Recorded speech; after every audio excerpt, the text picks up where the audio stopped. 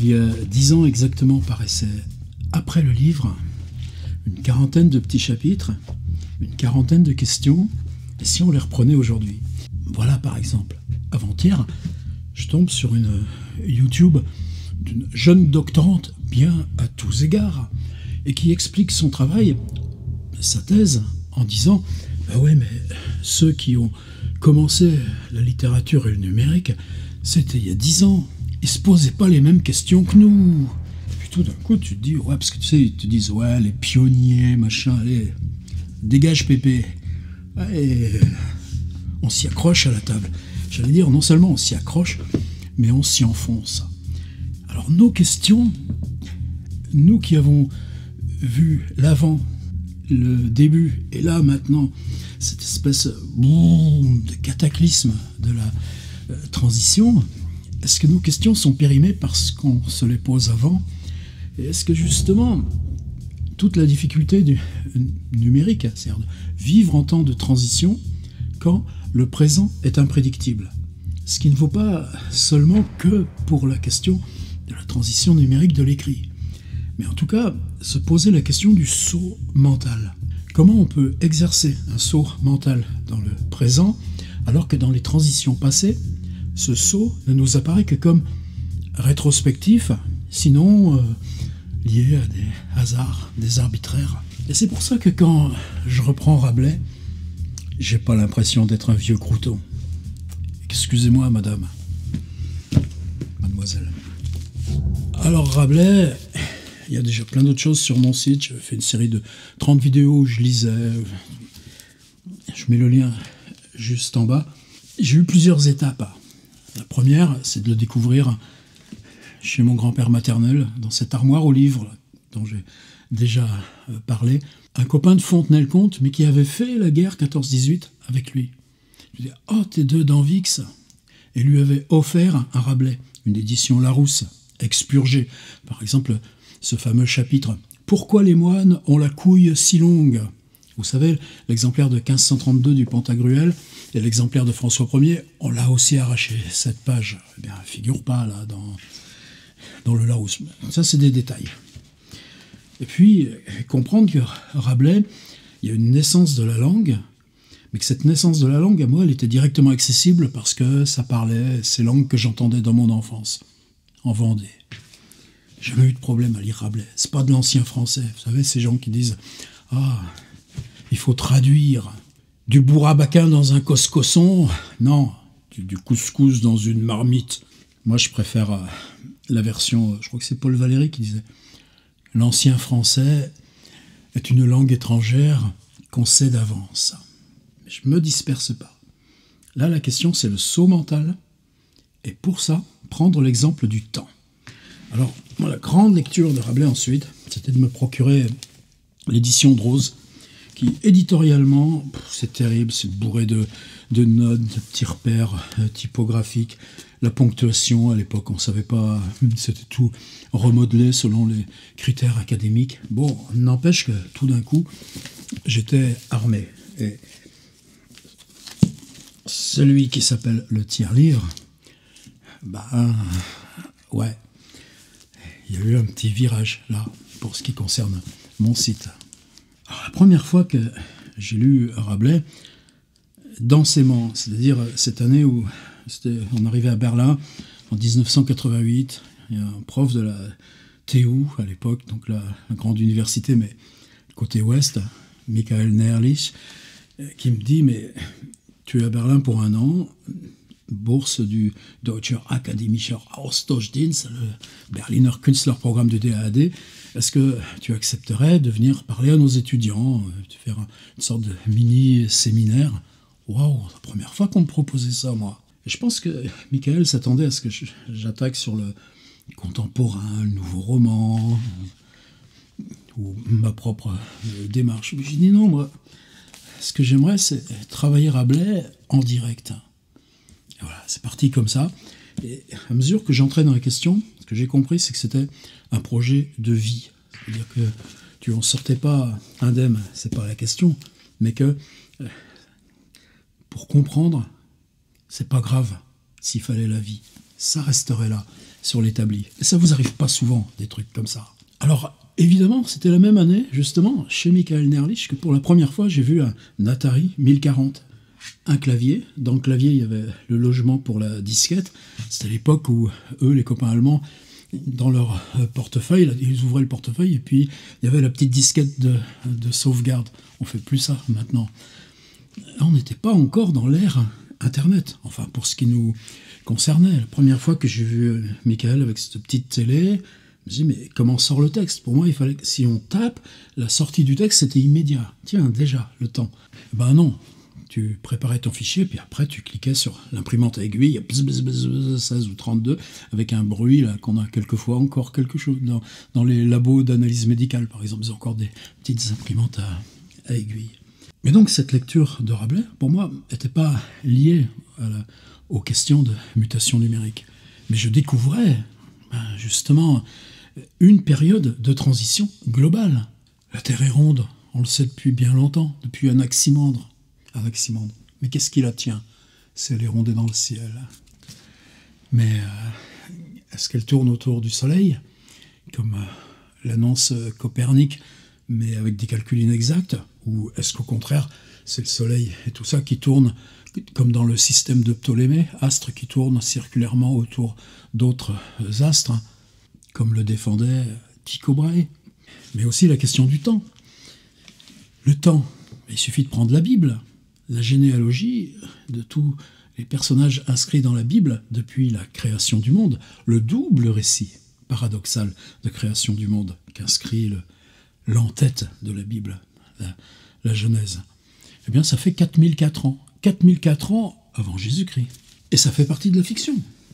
Dans le premier Pantagruel, eh bien, on vous explique comment la descendance et la lignée des géants a pu se développer parallèlement à la lignée des hommes.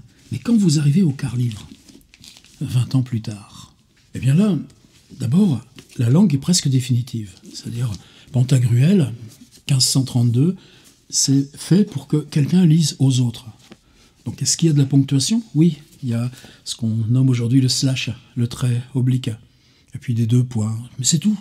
C'est-à-dire, c'est à celui qui lit d'interpréter comment le slash distingue 2 syntagmes différents.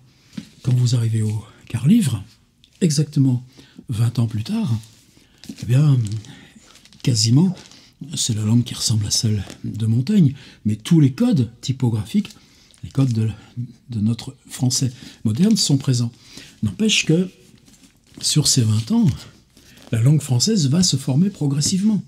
C'est pour ça qu'on va les regarder, les rats de Gargantua. Gargantua, le tiers-livre, alors que les langues qui se formeront un tout petit peu plus tard, par exemple l'espagnol, il s'en faut de très peu entre Rabelais et Cervantes. Mais Cervantes, la langue débarque armée dans un système de reproduction typographique nommé imprimerie stable, et jusqu'à la fin du 19e, voire début du 20e, les petits élèves d'école primaire en Espagne travailleront sur le texte de Cervantes. C'est pas possible, nous, avec Rabelais. Toute cette galaxie des petites langues allemandes, avec tout leur régionalisme, qu'est-ce qui va les unifier? Eh bien, la traduction de la Bible de Luther, mais Luther vient, là encore, après Rabelais, et l'allemand va naître, disons, tout armé. Et ça, déjà, c'était une découverte. Avant de revenir à l'imprimerie, par exemple, cette figure du temps, donc, 4004 ans, un départ, et dans le Pantagruel, ça devient une des clés de la fiction. Maintenant, vous arrivez dans le quart-livre, 20 ans plus tard, et vous avez cette île qui est l'île des Macréons, l'île des gens qui ont des ans beaucoup. Et à mesure que vous avancez de la périphérie de l'île vers le centre de l'île, tout devient plus grand. Les herbes, les rochers, l'espace, c'est-à-dire qu'à mesure que vous approchez du centre de l'île, l'espace se dilate. Est-ce que, dans ces conditions-là, vous pourrez rejoindre le centre de l'île? Non. Alors tout d'un coup, dans cette île des gens qui ont des ans beaucoup, l'origine du temps, elle échappe à la loi des 4004. Alors tout ça, moi, c'est ce qui me passionnait dans Rabelais, c'est pareil pour le corps. Alors cette question du temps, la question de la typographie dans Pantagruel, elle est toujours présente. D'abord par la Genèse. Rabelais est un savant. À Lyon, à l'imprimerie de Claude Noury, près Notre-Dame de Confort, ils se retrouvent, les savants, les artisans, et ce qu'on veut faire, c'est des livres pour Rabelais, publiés, c'est traduction du grec, des médecins grecs.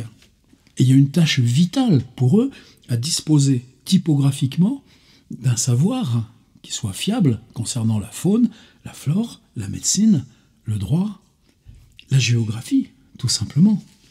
Mais les imprimeries, oh et là, c'est pas une question qui est périmée, il faut bien les faire vivre. Alors, Rabelais, qui a forcément séjourné à Paris dans toute cette période-là, dans ces 20, 25 ans, 30 ans, on a très peu, tellement peu de détails, compose un répertoire des farces d'étudiants. Et c'est ça qui est génial. Dans le Pantagruel, vous avez là les farces de Panurge, et puis vous avez l'histoire qui va permettre de comprendre pourquoi vous avez un recueil de farces, et puis ensuite quelque chose qui échappe. Ça vient d'où? Ça vient des chroniques gargantuines. Gargantua, c'est une sorte de fin de comète des romans de la table ronde. Ça existe depuis longtemps avant le Pantagruel, mais c'est devenu une histoire, bon, allons dire de manga ou de comics ou de choses comme ça. Il ne faut pas que je m'attire des volets de bois vert. Mais en tout cas, on a de la littérature de colportage. Et elle est déjà imprimée pour être vendue dans les foires. Et dans Pantagruel, ça viendra. Qui sera vendu aux foires prochainement venantes, de Tübingen, etc. Donc cette question de l'imprimerie est présente et conditionne même certains manques ou certaines ellipses du récit. Vous croyez pas ce que je dis? Mais le livre, il est imprimé. Si vous aviez été à la foire de Tübingen ou à celle de Lyon, vous l'auriez vu, donc vous auriez la preuve. Et là, tout d'un coup, c'est fascinant. C'est-à-dire que le support et la forme matérielle de l'impression vient interférer avec la construction du récit, qui lui est oral, c'est-à-dire celui qui lit l'histoire pour les autres et interprète l'histoire pour les autres. Avec, là encore, des choses formidables, c'est-à-dire que le narrateur, celui qui lit pour les autres, de temps en temps, reprend la parole au milieu du livre, au milieu d'une histoire. Et c'est ce décalage qui produit, là encore, une nouvelle figure narrative. Mais ce recueil de farces, Pantagruel, c'est quoi? C'est une espèce d'étymologie inventée. Panta, qui dans la langue grecque, est gruel de l'arabe, etc. Mais Pantagruel, au Moyen-Âge, là, dans les chroniques gargantuines, c'est un petit lutin. C'est pas du tout un géant. Et 2 ans après, là, on a 1532. Là, nous, personne n'a jamais compris comment, en 2 ans, avec son premier voyage à Rome, avec ses tâches politiques, là, auprès du cardinal du Bellay, qui est un peu déjà le ministre des Affaires étrangères de François Ier. C'est-à-dire Rabelais quitte l'Hôtel-Dieu de Lyon et happé par ce monde politique, il revient avec sa version à lui des chroniques gargantuines, et ça s'appelle le Gargantua. Et nous, aujourd'hui, Gargantua, c'est le père de Pantagruel. Donc ça se passe avant. Donc il y a encore plein d'éditions. Par exemple, le Pléiade. Mais non, le Pléiade, ça vaut rien. Pourquoi? Il dit, lisez le Gargantua parce que ça se passe avant le Pantagruel. Non, on peut rien comprendre. On lit le Pantagruel, et puis après, on comprend que Rabelais fait un énorme flashback. De même que le quart-livre, c'est un récit de navigation tout autour de la Terre. On est quand même après Magellan, on est après Jacques Cartier. Et puis, au moment de raconter l'embarquement, donc dans l'ouverture du livre, il lui prend quelque chose. Si on travaillait les catégories de langage. Le tiers-livre, eh bien, c'est une espèce de zoom où, au début, vous avez cet embarquement pour le tour du monde, et puis non, finalement, on part pas, on attend. Et à la fin, on part. Et à ce moment-là, vous avez le quart-livre. C'est-à-dire qu'il y a ce fameux récit, sans doute global, qu'on a appelé ensuite le 5e livre, et puis on prend le début et on fait un énorme grossissement, et ça devient le tiers-livre. C'est compliqué, l'affaire de Rabelais. Mais ce qui n'est pas compliqué, c'est que si vous essayez de lire le Gargantua sans avoir lu le Pantagruel, ça marche pas, mais on a du mal à faire passer l'idée encore aujourd'hui. Imaginez que Proust, vous renversiez l'ordre de Swann et Combray. Swann, ça se passe 50 ans avant Combray. Donc on ne va pas ouvrir la recherche du temps perdu par la découverte de Combray, puisque Swann c'est avant. On en est là avec Rabelais. Vous savez, c'est l'université en France. Hein. T'as ceux qui s'occupent du 16e, ceux du 17e, du 18e, du 19e, et ceux du 20e. Si tu dis Proust, tu parles pas de Flaubert. Si tu parles de Flaubert, tu parles pas de Rabelais, etc., etc. Tandis que, Flaubert sans Rabelais... Alors, il y a quoi d'étonnant dans ce Gargantua? Si c'est le père de Pantagruel, et si c'est un géant, ça lui fait combien d'années de plus? 400. Ah oui, puisque les lignées de géants, c'est une autre échelle que les lignées humaines. Donc, voilà un livre qui, publié 2 ans après Pantagruel, est censé avoir été écrit 400 ans plus tôt. Ah bon? Mais comment vous le savez? Comment vous en avez la preuve? Eh bien, parce qu'au début du Gargantua, quand commence l'histoire, alors vous voyez, là, Drose, ils ont essayé de faire... ils laissent des petits tirés, un petit décalage. Tiens donc, ça commence par une minuscule, et puis il y a une indentation de paragraphe, et puis ensuite, ça y est, on retrouve la vraie langue. Ça raconte quoi? Mais que ce livre est tellement vieux, un livre de 400 ans qu'on vient de retrouver. Il a été mangé par les rats. La preuve qu'il est mangé par les rats, c'est qu'il manque le début des lignes. C'est-à-dire vous avez tout un espace là. Alors moi je me souviens quand j'ai commencé à faire mes premières éditions numériques de Rabelais, je recevais des courriers de « Attends, mais là, il y a un problème numérique, là, il y a un problème. » Non, s'il manque le début des lignes, c'est Rabelais qui l'a voulu. C'est la preuve que le livre est âgé, puisque les rats l'ont mangé. Et là, tout d'un coup, cette interactivité directe de la typographie avec la forme du récit, c'est pas dans le Pantagruel. Et l'autre élément qui vient corroborer ça, c'est là où justement Mireille Huchon, qui est l'éditrice de la version actuelle du Pléiade, et je suis pas content, a fait un travail génial, formidable, en montrant que par exemple les conjugaisons, les restes fossiles de conjugaisons qu'on avait dans les temps pré-imprimerie, dans les chroniques gargantuines, par exemple, les participes présents qui finissent par un S, ANS, et puis bien d'autres petites choses comme ça. Rabelais, pour prouver que son livre est ancien, alors qu'on est en plein essor de l'imprimerie, de pleine fixation de la langue, reprend exprès des conventions de langue qui datent de avant l'imprimerie, qui datent d'il y a 80 ou 100 ans avant lui. C'est-à-dire qu'il introduit délibérément des anachronismes, c'est-à-dire les restes fossiles de conjugaison, pour prouver que son livre est plus ancien. Alors est-ce que c'est regarder ça, couper les cheveux en 4 ? C'est là où pour moi le tiers livre vient nous donner une fameuse leçon. C'est-à-dire Pantagruel, il y a ce recueil de farces, et donc ce personnage qui surgit, qui s'appelle Panurge. C'est un surgissement très compliqué, vous savez, il y a ce chapitre de l'étudiant limousin. Et il parle, il utilise un langage savant, etc. Pantagruel le zigouille. Là, vous voyez, tout ça, j'ai développé là dans mon défi 30 fois Rabelais, là, le lien en dessous. Mais quand Panurge arrive, on reprend exactement la même forme de récit. C'est-à-dire l'étudiant limousin, Pantagruel et Orléans, et venant de Paris, voit ce type arriver. Et là, Pantagruel est à Paris, et puis vers le pont de Montreuil. Et voit arriver ce type, et d'où venez-vous? Que cherchez-vous? Quel est votre nom? Et l'autre, d'abord tu me donnes à manger, sinon je ne vais rien te raconter. Et ça, il lui dit en 14 langues. Est-ce que Pantagruel va le zigouiller? Non. Ça aussi, c'est forme de la génétique. C'est ça, pour moi, qui aussi m'a mis dans Rabelais. Pour la première fois, tu vois la trace matérielle de comment tu parviens à l'histoire, parce que Rabelais ne gomme pas ce qui précède, mais laisse la version redoublée avec ce qu'il a trouvé. Et ça vaut jusqu'à la fin, avec par exemple ce récit du narrateur qui descend dans la bouche du géant, alors que juste avant, il a décalqué un récit bien plus ancien que lui, d'ailleurs trouvé chez Aldo Manuccio. Alors dans le Gargantua, de la même façon qu'il y a Panurge, Rabelais invente un personnage qu'il prend aussi au légendaire. Et c'est Frère Jean des Entomures.